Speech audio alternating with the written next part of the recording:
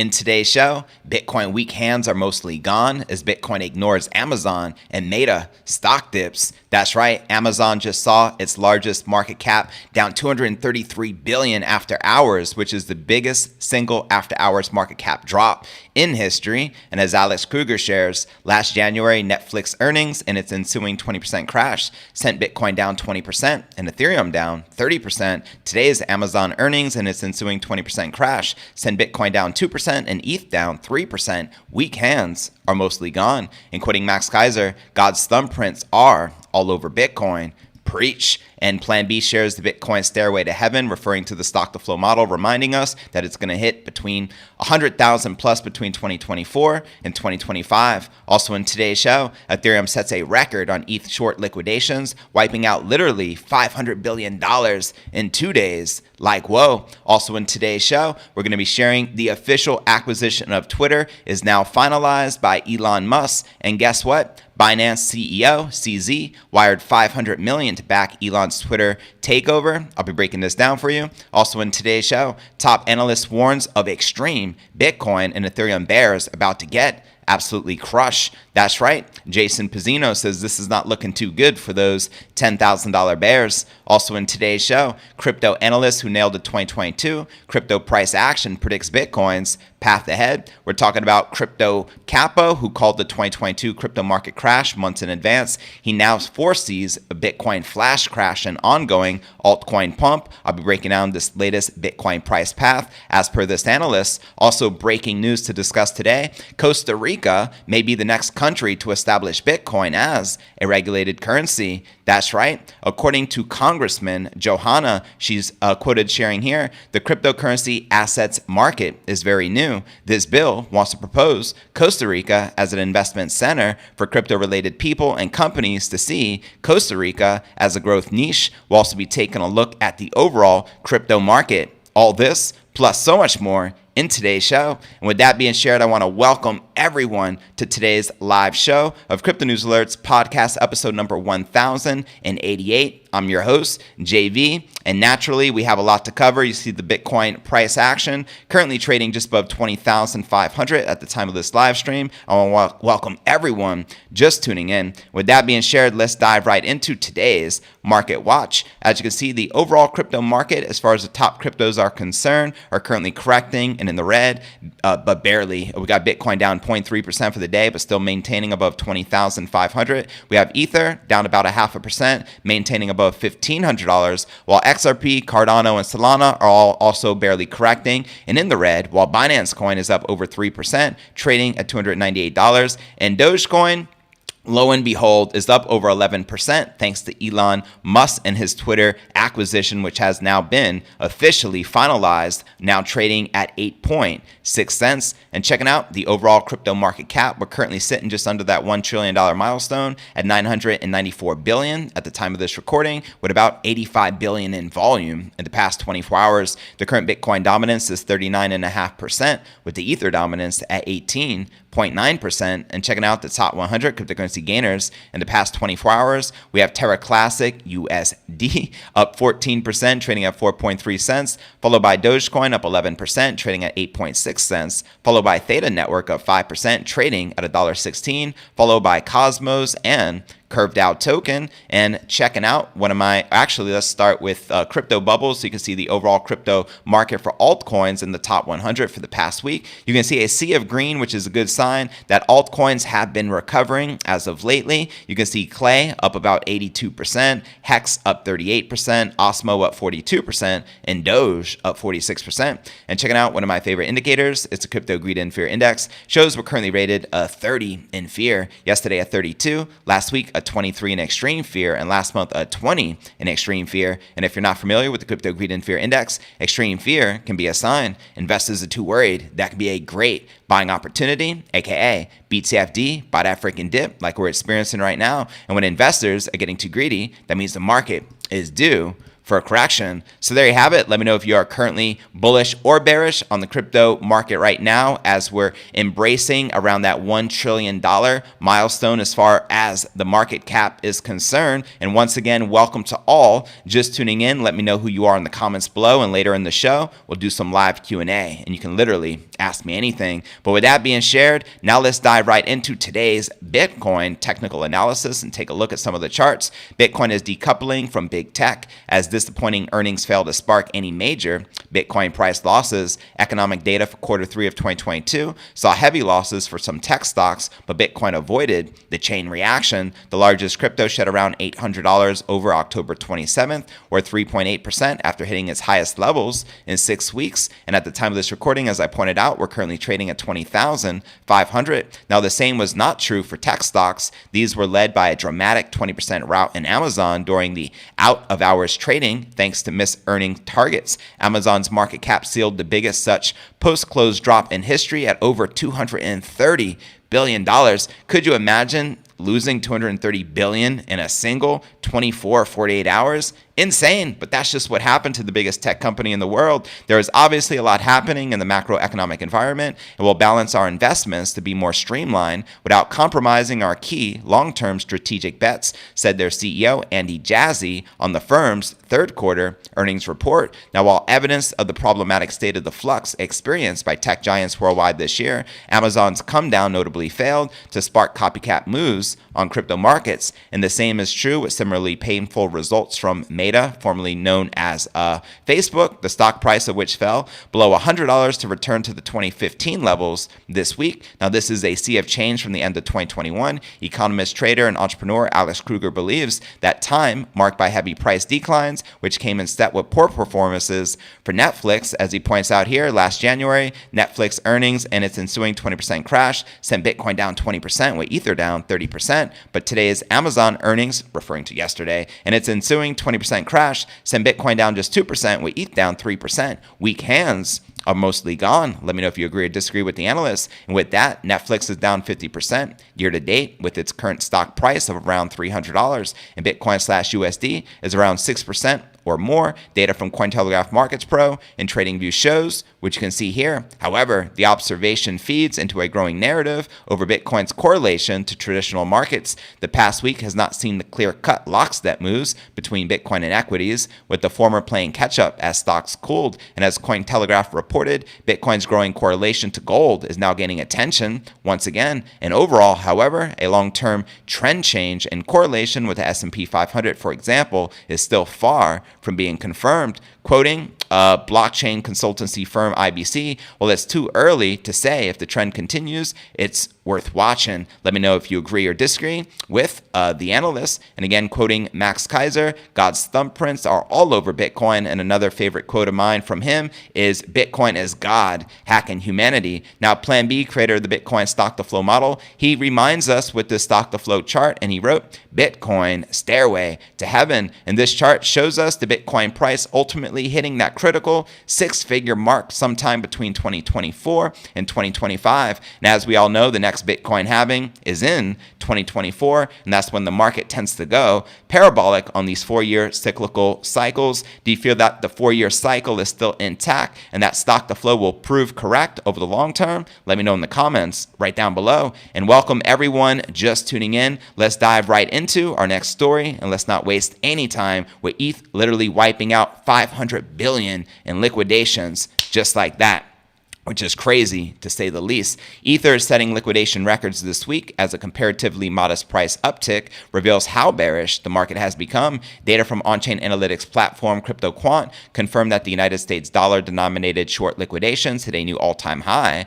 on October 25th. And that's right, 2 days, $500 million of ETH shorts. Insane. And it's not just Bitcoin causing the bears severe pain this week. Data from exchanges also shows that Ethereum shorters have suffered heavy losses losses, ETH/USD delivered fairly impressive gains on October 25th through the 26th, rising from lows of 1,300 to highs of 1,600 on Bitstamp before retracing, according to data from Cointelegraph Markets Pro and TradingView, which you can see here in the Ethereum one-day candle chart. Now, while nothing unusual for crypto and alts in particular, the market changes triggered by the price action stood out, and as with Bitcoin, the market had become heavily short ETH, expecting a trip to new macro lows after weeks of sideways action and failed breakouts, and thus it only took around $250 of upside to liquidate more short positions in US dollar terms than ever before. $275 million on October 25th, with another $250 million the day after, which you can see here in this chart. It shows you the USD denominated ETH short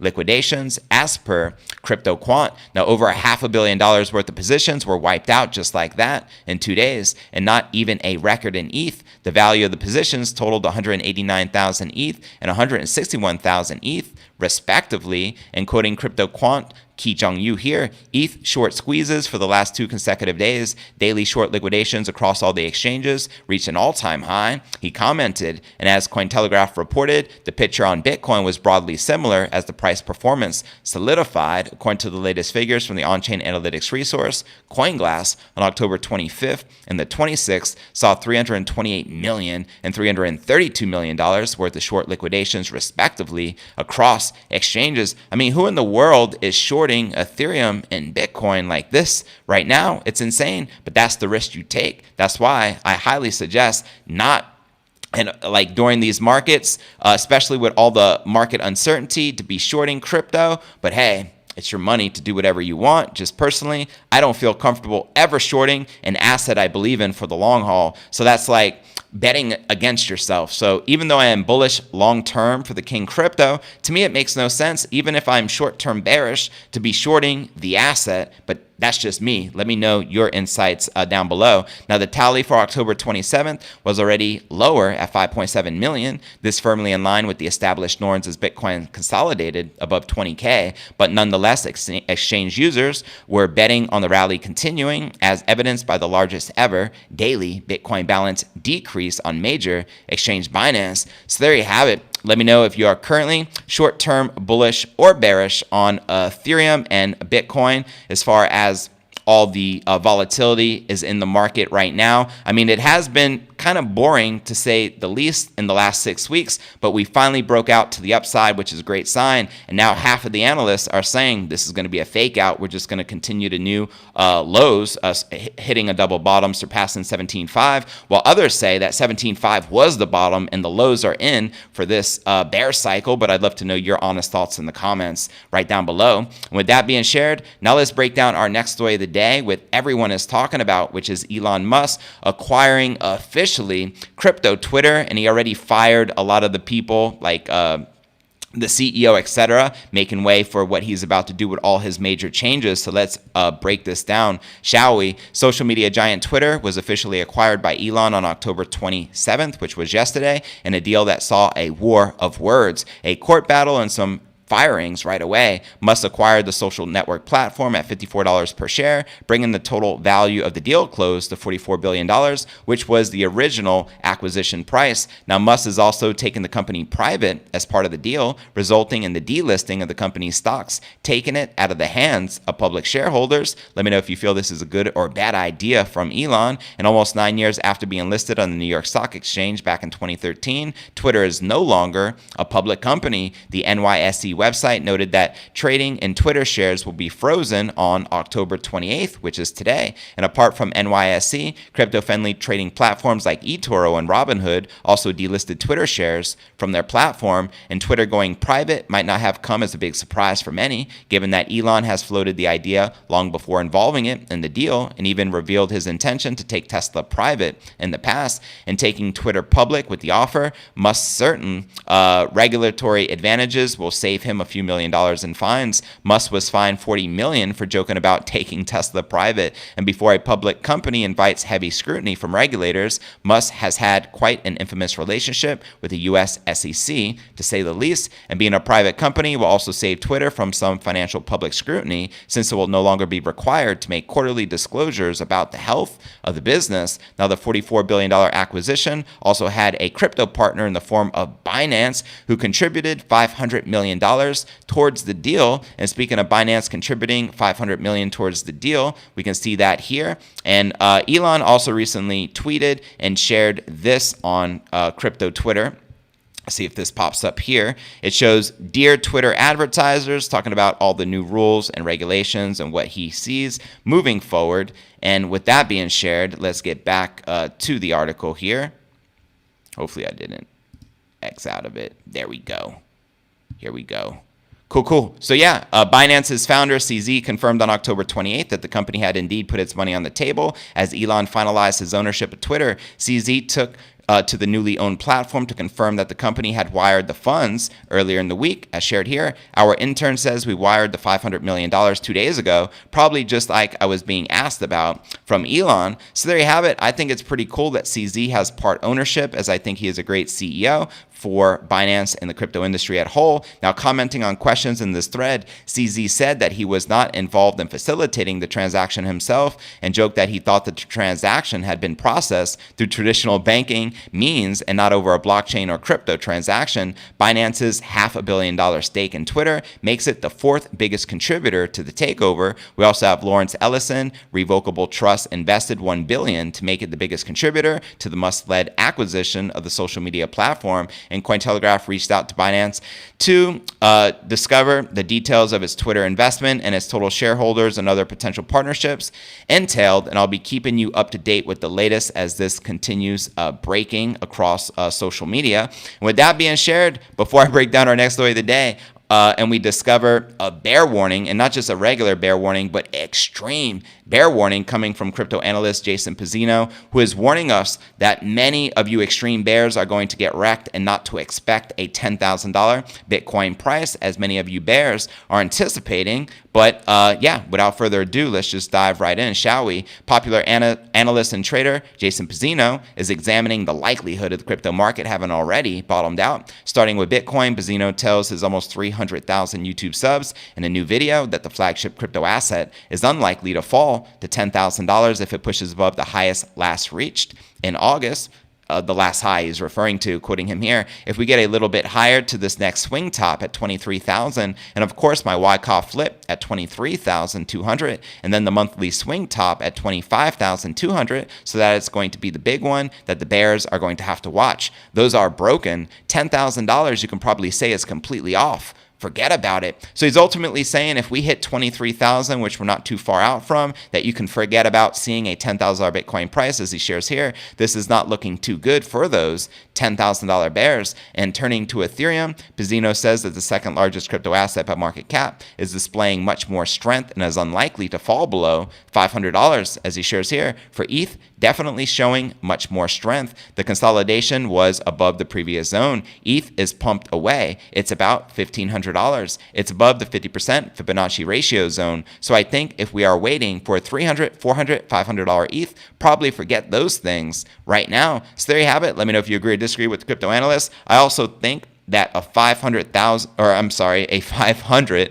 ETH is very unlikely. Considering where we at right now, I think ETH is currently above 1,300. No, we're above 1,500. So that means he's saying that he doesn't believe we'll hit a 500 low, meaning it loses 2/3 of its current value. So I'm definitely going to have to agree with that. And so, yeah. And quoting him here, "Once that Ethereum's bear market trend line gets broken, there is another check mark to this bottom in cryptos and Bitcoin being in, and then we just have to wait for that accumulation period. Depending on how long it takes, maybe it is quicker one this time, maybe it's slightly shorter, but either way, this is still looking like the extreme bears are in the process of getting absolutely crushed." And I extremely agree with the extreme bear scenario, that many of you expecting these extreme lows are likely to get wrecked and not see what you're waiting for. So maybe it's not a bad idea to start accumulating now, but hey, that's just my 2 Satoshis, not financial advice. And to watch this video that Jason Pizzino did entitled "This Major Bearish Trap is Gaining Pace for Bitcoin and Ethereum," check the show notes below the video in the description. With that being shared, now let's dive into a moment many of you have been waiting for before I dive in deeper into Costa Rica Bitcoin adoption happening and potentially being the next country to do so. First, I want to talk about a Bitcoin price prediction from an analyst I cover very commonly here on the show by the name of Crypto Capo. So let's dive right into our next story of the day. A crypto analyst known for calling the 2022 crypto market crash months in advance now sees or foresees a Bitcoin flash crash and an ongoing altcoin pump. Synonymous crypto trader known as Capo shows his 500,000 plus Twitter followers the new plan for the King Crypto, BTC, as he outlines in this chart along with the words Bitcoin plan. And as you can see here, we have a pretty substantial drop followed by another very substantial drop. So diving into the deeper details of this chart, Capo predicts that the leading crypto by market cap will consolidate around 21,500, and lo and behold, where we currently at, we're at 20,500, about 1,000 shy of what he is predicting before we consolidate, and he expects it to consolidate around 23,000 before reaching heights at 24 to 25,000.